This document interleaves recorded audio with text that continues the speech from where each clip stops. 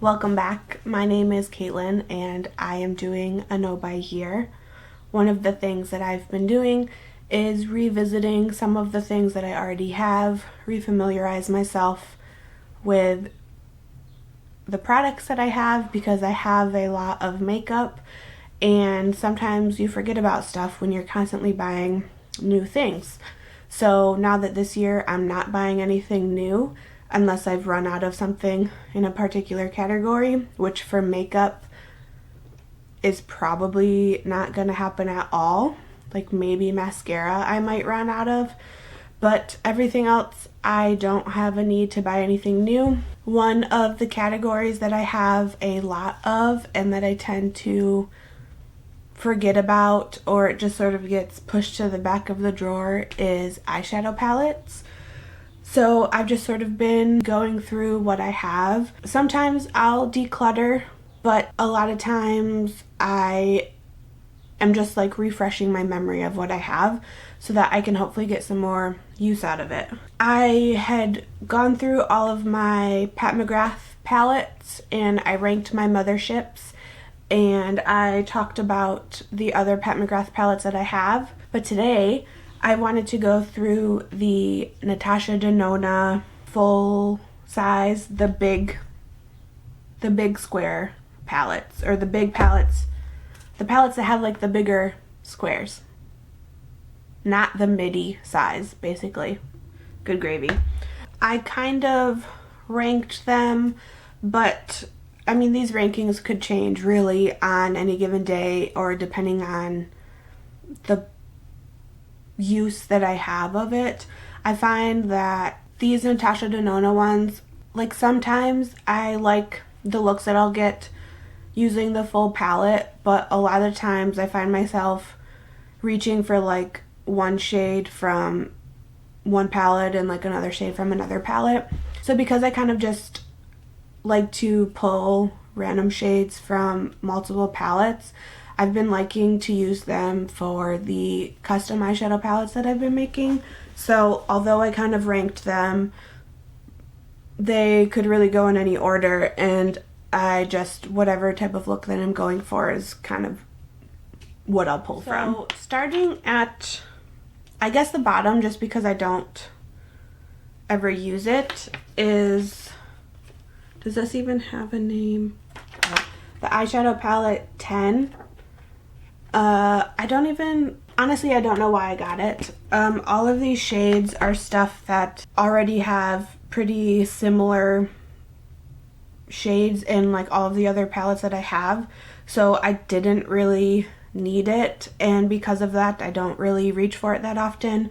They're all categorized as either an M or a P, but basically they're all metallic shades, so like when I use it I have to always pull from something else to get a completed look because there's no mattes in it. I don't know why I bought it. Okay, and I didn't really include these in how I've ranked the other palettes. I find they're the let me open them. The green brown, brown green, the brown green, and the purple blue. I find that these are more utilitarian type palettes. I like pulling from them for like custom palettes that I'm making, but really I'm going to go in here for like one particular shade and build a look around that. Out of the two of them, I would say that the green brown is more practical for like everyday, like neutrally type looks. Obviously some of like the bright greens aren't necessarily neutral looking, but all of the browns, like the rest of it is basically just browns and bronzes, which tend to look the most natural on me. If I'm gonna go for a metallic to build a look around, I'm probably gonna pull from this one. So that's why like I just have different uses for them, you know, so I'm not really including these in my ranking of all the other ones. I am glad that I have them though. I did not pay full price for either of them. I bought both of them off of Mercari at like a heavily discounted price. So I honestly do not think that anyone should pay the, is it $250 for them? Are they even still available? I'm not sure. All of the ones that I'm going through are like retailed at $129. I don't think I paid full price for any of them. Ranking off at like the bottom of the barrel kind of is the Circo Loco. It is so chaotic. Again, I like pulling from it for like custom eyeshadows, but I'm never gonna get a complete look out of just using this. It's so chaotic, which I guess is kind of why it's called Circo Loco. I don't know. I don't think it like did well either. I think if you like using super bright colors on an everyday basis, you maybe would have gotten a lot of use out of this. I don't think it's available anymore. You might be able to find it on like weird, obscure websites. I think it's probably for the best that it's not available anymore. Next in the list is the Sunset palette. I got this at some point on Sephora when they were doing the half off thing, so it was only like, or maybe it was more than half off. I think it was only $40 or something. I think $40 for a palette like this is a good price. Like, I think they should all kind of be priced at that. The way that makeup is getting, like, I don't know. Things are just so overpriced, I think. But this is an okay purchase for it being $40. I don't think I would have ever paid the full price for it. It's very warm leaning, and because of that, I don't reach for it that often. I like using some of the bronzy type shades as an all over color, just because those tend to look the best with my eye color. But apart from that, I don't find myself reaching for it very often. Next in the list is the Tropic palette, which it may be, honestly, I kind of just like it for the mattes. I like the muted matte colors. I think that's kind of it. It has the color, but the mattes are like actually kind of natural leaning.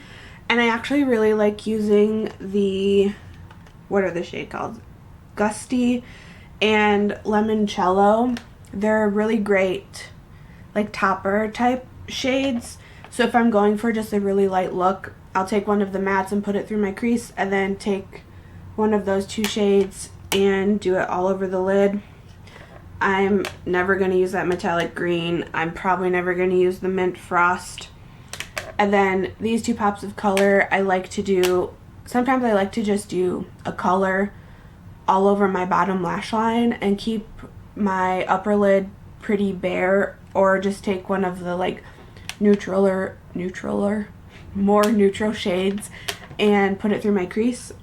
So that's why this is ranked above the Sunset. Next ranking is the Safari palette. I don't think I paid full price for this either. I think this was maybe the first ever Natasha Denona palette that I bought. I got it on Sephora when it was on sale, like the half off or whatever. And it was before I really got into eyeshadow, like eyeshadow palettes. So I wasn't really even fully aware of Natasha Denona as a brand. And this is the one that's all matte. And this is just really good to pull when I've taken a metallic from one of these other palettes and I need to complete the look with a matte. This is probably what I'm going to reach for. Next in the list is the Gold palette. I feel like I searched everywhere for this. I ended up buying it off of Mercari. Like after it was discontinued. It was one of those things where like, it's discontinued, oh no. I have to have it. I'm gonna miss out on it. And then like last year or whatever, she ended up like re-releasing it, and I could have just gotten it brand new and not used. It's an okay color story. I find there was a time when I was like super into the mustard leaning colors. Like I was looking for a mustard or like a yellow everywhere and I couldn't find it. So this is like a really good color story for that. And like the bronzes themselves tend to look good with my eye color. Anyway, just like looking at it holistically, I really like the color story, but then when I actually go to do a look with it, I find that I'm just like not, it like doesn't accomplish what I want it to accomplish, you know? But I do like using the bronzes in it. I like the bronzes more in here than I do in the Sunset palette. Next in my ranking is the Star palette. Mine looks beat up. So I don't find myself reaching for like the super yellow, orangey, gold type colors, but everything else I find myself using a lot, and I actually tend to reach for this quite often. There isn't like one thing about it that makes it spectacular. I just find that the tones in here sit well on my face. Next in the ranking is the Leela palette. This also I got when it must have like been on its way to being discontinued, because I got it when it was like $35 or something on Sephora. And I think maybe in my head I think that I like this more than I actually do and like get use out of. I like the matte tones that are in here, but then when it comes to actually using like the metallics, like the super pink and super purple, I don't ever use. But I really like the more subtle metallic type shades in here. I don't know, it's hard to describe. Like in my head I'm like, yeah, the Lila's my favorite, but then in practice I don't reach for it as often. But I just really like the mauviness of it. I don't know. So maybe the Star should have been ranked above this. Again, the rankings of these could change on like any which day. Second to last, the Biba palette. This is just a great all-round use it for anything type of thing. I can get complete looks out of this, and I usually always like how it looks. It looks super natural. They're all neutral. It's kind of neutral leaning warm, but like this bottom row is where the cool tones come in. But like basically most of it's warm with just the exception of like those 3 shades. But they're the type of warm tones that complement my eye color, which is why I find myself reaching for it more often than some of the others. Alright, and the palette that is sort of my favorite right now, or the one that I find myself reaching for the most, is actually the Triochrome. And I have 3 shades in a custom palette right now. And honestly, I don't use the multi-chromes that are in here that often, because I find that I like my indie shadows more for that purpose. Like the Cliona multi-chromes are way better, honestly, than these. But I really love the matte shades that are in here. I like that they're colors, but they're more muted and on the grungy side. And that's just sort of what I've been gravitating towards the most right now when I do eye looks. So for that reason, this is my favorite right now. Who knew? And this isn't even something that I ever would have picked out for myself, but I got it in a Beautylish Lucky Bag. I think not this past one, but I think the one before that. So the one that I got in January of 2022. So I was actually kind of pleasantly surprised when I got it. So I've made pretty good use out of this, and that's why it's my favorite right now. Okay, those are all of my Natasha Denona full-size panned palettes. What? Do they have a name? Like, I know the midis are called midi. So are these maxi? The maxi palettes? I don't know. Those are all my full-size Natasha Denona palettes that I have.